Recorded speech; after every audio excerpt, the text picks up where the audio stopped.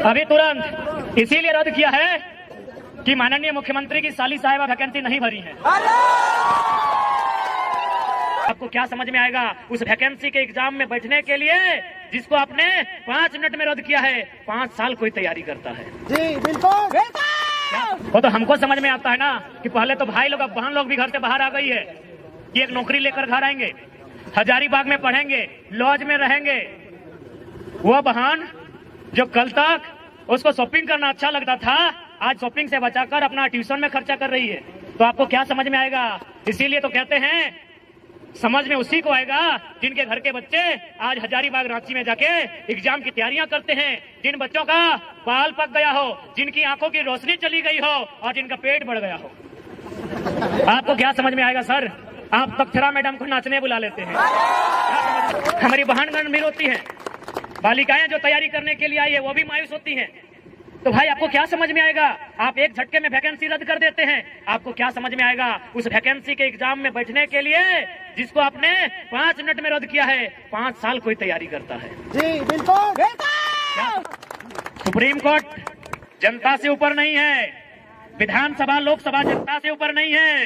तो जिस दिन राज्य की जनता चाह लेगी, जली कटु के तर्ज पर सड़कों पर आएगी और विधानसभा के बाहर घेर कर खड़ी हो जाएगी और विधायकों को एक ही लाइन कहेगी, बाहर आना है, नियम बना के आइए, नहीं तो पेटवा में कीजिए चाहे सटवा में कीजिए, मुहवा से खाइए चाहे नकवा से चाहे कनवा से, जो करना है भितरे कीजिए, नहीं तो भितरे रहिए, भितरे रहिए। बाहर आना है तो बाहर ज्यादा नहीं। आज हमारा जो पॉपुलेशन है उसका अगर 10% यानी अनुमान 3 ही करोड़ मानते हैं, 3.5 से ऊपर होगा। 3 करोड़ का 10% तो बहुत ज्यादा हो गया। 1% लेते हैं, 3 लाख लोग ही अगर विधानसभा के बाहर खड़े हो जाए तो हमको लगता है उनके पसीने से विधानसभा में बाढ़ आ जाएगा। गलती से अगर वो चुटकी बजा देंगे तो विधानसभा की एक एक ईंट हिलकर बाहर आ जाएगी।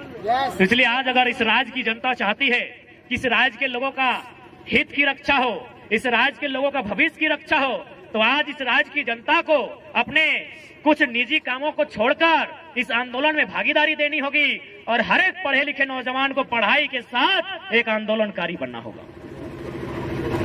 किसी के वेट में मत रहिए। कोई आपके बीच मसीहा बनकर नहीं आएगा, ना कोई दिव्य शक्ति लेकर आएगा। जो भी होगा यहीं पे होगा, आपके बीच से होगा और आपके बीच में से ही कोई करेगा।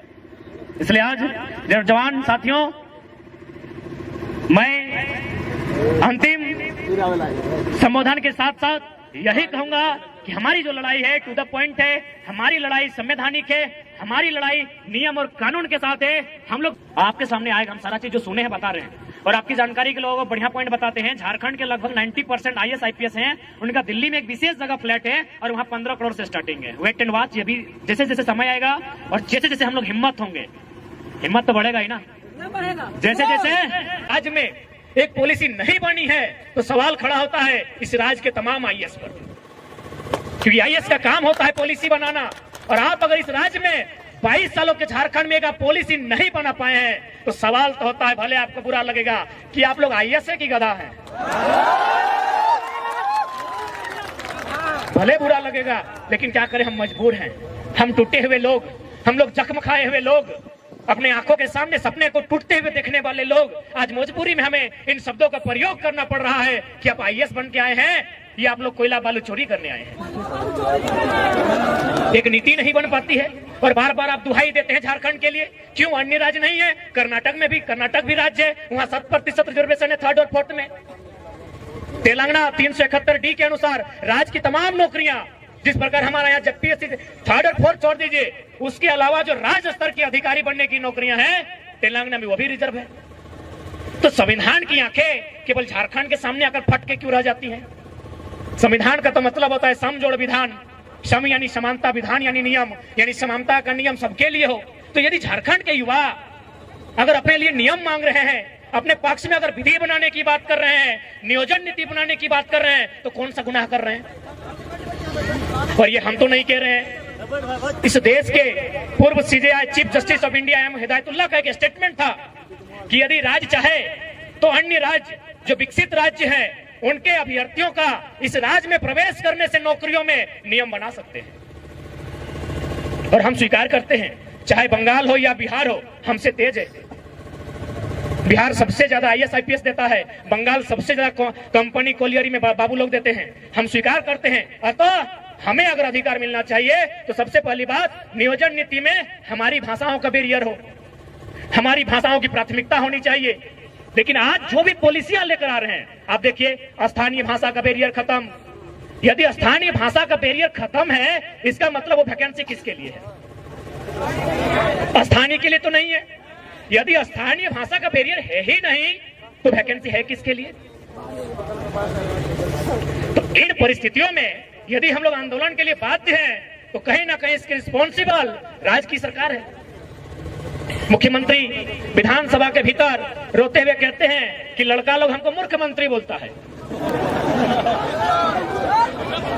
बजट सत्र का अंतिम दिन मुख्यमंत्री वही जो उनका सेंटीमेंट होता है कि हम आदिवासी का बेटा है, जिस प्रकार आंसू बहाना जानते हैं, मगरमच्छ का आंसू, वो बहाते हुए बोलते हैं कि लोग हमको मूर्ख मंत्री बोलता है। तो हम लोग प्रेस कॉन्फ्रेंस में बोले कि भाई उन्हें मूर्ख मंत्री क्यों ना बोला जाए, वही उत्तर दें।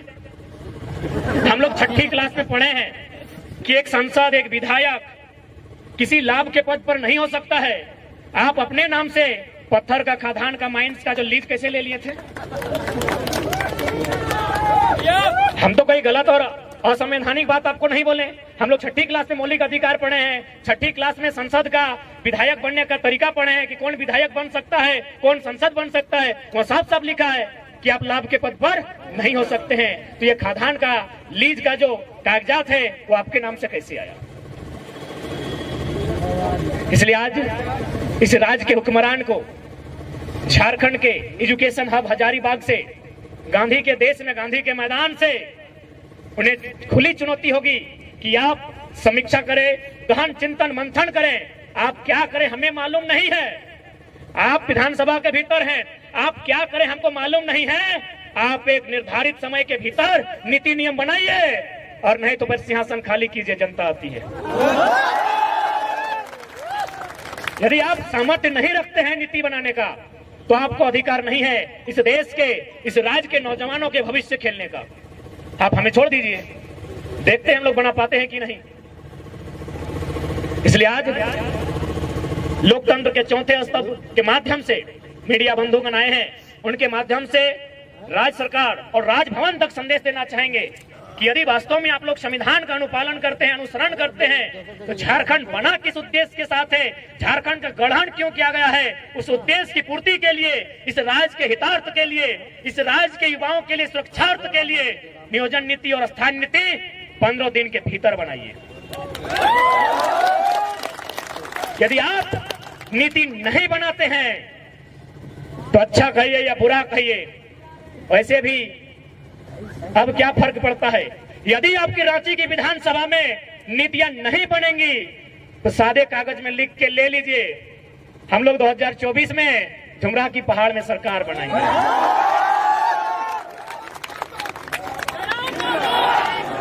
और यदि पढ़ने वाले छात्र हताशा में, निराशा में अगर इस तरह का रास्ता अगर चुन लेते हैं तो इसकी जवाबदेही राज्य सरकार पर होगी। इसकी जवाबदेही हमारे जो कायदे कानून को संचालन करने वाले, विधि व्यवस्था को सुचारू रूप से संचालन करने वाले लोगों के ऊपर होगी कि आपने इस राज्य को कहां धकेला है।